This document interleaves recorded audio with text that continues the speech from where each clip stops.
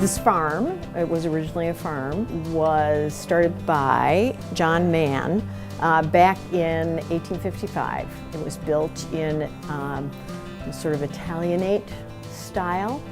They grew the typical crops for that time. The buildings were just a residence and attached horse stable here, and were used through about 5 different families through the generations up until 1979 when Joe and Deirdre Garton came in here. My late husband Joe was a great cook, and he decided after getting his PhD in film history and criticism that he actually wanted to open a restaurant. And at the same time, we had 4 kids. We were looking for a new house. We lived in a 3-bedroom. That wasn't going to be enough. So he was also looking at houses, and he came across this place, and the two ideas kind of came together. Couldn't really do the house here because the highway was too busy and all, but oh my gosh, would it make a wonderful restaurant. And he was inspired by this beautiful place to create a restaurant that really reflected Wisconsin. He came from a large family, German heritage, English heritage, big Sunday dinners with the whole family, lots of wonderful cooking, and it was a very welcoming and warm environment that he grew up in, and he wanted to replicate that. It was pretty much an instant success, yes. At the time, you know, the experience of going out to dinner was primarily going out to a supper club. We're doing things that were more ethnic type of things and old-fashioned, the way people cooked in their homes, etc. People just jumped right on board with that. They thought, oh, this is really different and new. We, on our first menu, we had braised lamb shanks and Swedish meatballs. Some great dishes like that, and people were like, wow, this is really something. And it really was pretty inexpensive as well. So it appealed to a wide range of people. And it just took off. When Joe and Deirdre came out here to look at the place, my father was working for the architect who the Gartons hired to do the historic renovation. They were working with that and doing some of the initial design concepts, etc., and they weren't happy with the kitchen design, and I was working at a different restaurant in the kitchen, and my dad said, let me get my son to weigh in on this. I'll give him the plans. And so I kind of did my little thing and analyzed things in terms of flow and everything. And I came out and I met with Joe in the dining room of the stone house over there, and we just sort of hit it off. And as I was finishing up and walking out of there, I just said to him, I said, you know, this is such an exciting project. I'd really like to be involved in it. And he looked at me and he said, you're hired. As it turned out, by the time we opened, I was the opening chef, and you know, it was just kind of a couple years later, I was the general manager, and then Joe and Deirdre decided, well, they needed somebody who was kind of locked in here, so they took me in as a partner in the operation, and just kind of all has kind of played out. Yeah. And here we are, 38 years later, still having fun.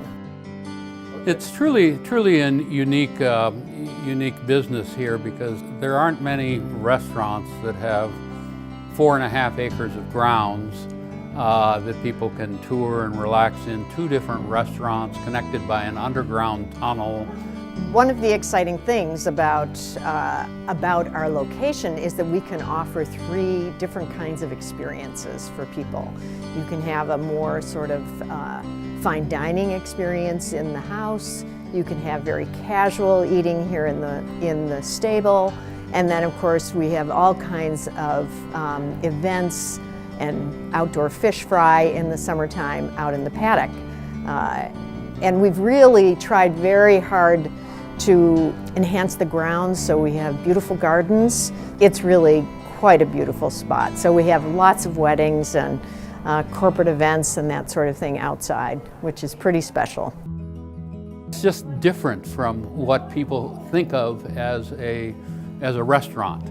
And it's certainly a whole lot different than where most restaurants today are just situated in some strip mall, and then they try and recreate an experience that reminds people of something. Well, here, this is it. This is all about Wisconsin, and it's all real. We continue to focus in on heritage cuisine, the types of things that the different ethnic settlers to Wisconsin ate and brought with them, things that were, special to them, and things that they could use the foodstuffs, the bountiful foodstuffs of Wisconsin. So wherever we can, we try and use those sort of locally sourced things that are important to Wisconsin, fresh dairy products, butters, creams, cheeses, etc., fresh produce, only freshwater fish. We don't serve any seafood, just the local kind of fresh lake perch and whitefish and trout and things like that. So it's all fits together with what the buildings were, kind of in a time period as much as we can. If you look back at our opening menu, a lot of those recipes came from Joe's grandma and mother, and I contributed my recipes, family recipes. That's kind of how we've gone about doing things over the years, and relied on things. I've dug recipes out, and we modify them to kind of modern standards a bit, but it's sort of that recreating those comfort food and dishes of the past that really appeal to people because it connects them to the past, and that's what feels comfortable, as opposed to a lot of modern cuisine where people go, oh, that's interesting, oh, that's something. But are they walking out of there going, I can't wait to tell my Uncle Bob and bring him out here for dinner because he's gonna love this. We also have always stressed sourcing as much food as we could locally and using fresh ingredients wherever possible. And it applies not only to our food, but our beverage program. Just prior to our opening a couple of years, Bob Wollersheim started the winery up in Sauk City. And we endorsed his wines right from the get-go. Wollersheim wines have been on our menu since the very beginning, and to this day we are their biggest on-premise account. I can remember when Randy Sprecher started the Sprecher Brewery over in Milwaukee. Randy Sprecher used to drive over and deliver 1/2 barrel of beer to Quivey's Grove in his woody wagon and then drive back to Milwaukee just to get a start. When the Careys from New Glarus Brewing came to town, I sat down and talked with them for a while, and I said, yeah, it's ready. You guys are ready. I think you're making the right choices. They lined up a distributor, and we've been great fans with New Glarus Brewing ever since. And so these things, because they were the right things to do at the time, and it all has paid off for everybody that has done that type of thing. Somebody who's never heard of Quivey's Grove, are there any people? I don't know. No, we run into people all the time, and it does amaze me. I ran into a guy a couple years ago who'd been driving the road out here for 30 years. And he said, I've always looked over there and wondered what that place was. And he finally took the leap and came in and sat down and had a beer, and he went, wow, this place is great. I really wondered what was going on here. Joe Garton had told me right from the get-go, he said, we want this to look like you're inviting people into your own house. So that's one of our standards. There's no logos, there's no beer signs, and it just feels like home. And that's what we promote with our employees as well. We have several employees who've actually been with us for over 25 years. And it's very important to us. This whole thing about family and welcoming, it's not just our customers, but the way we treat our employees as well. And it's something that I'm very proud of. A lot of people are so surprised to hear how long people have actually worked here.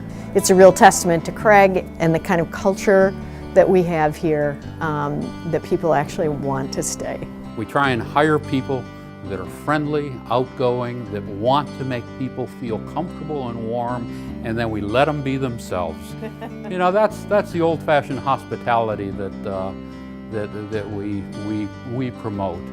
It's about the guest.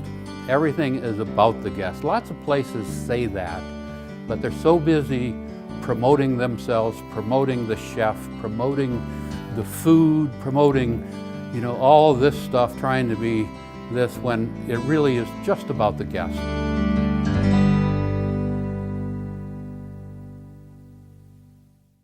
Welcome to Liliana's.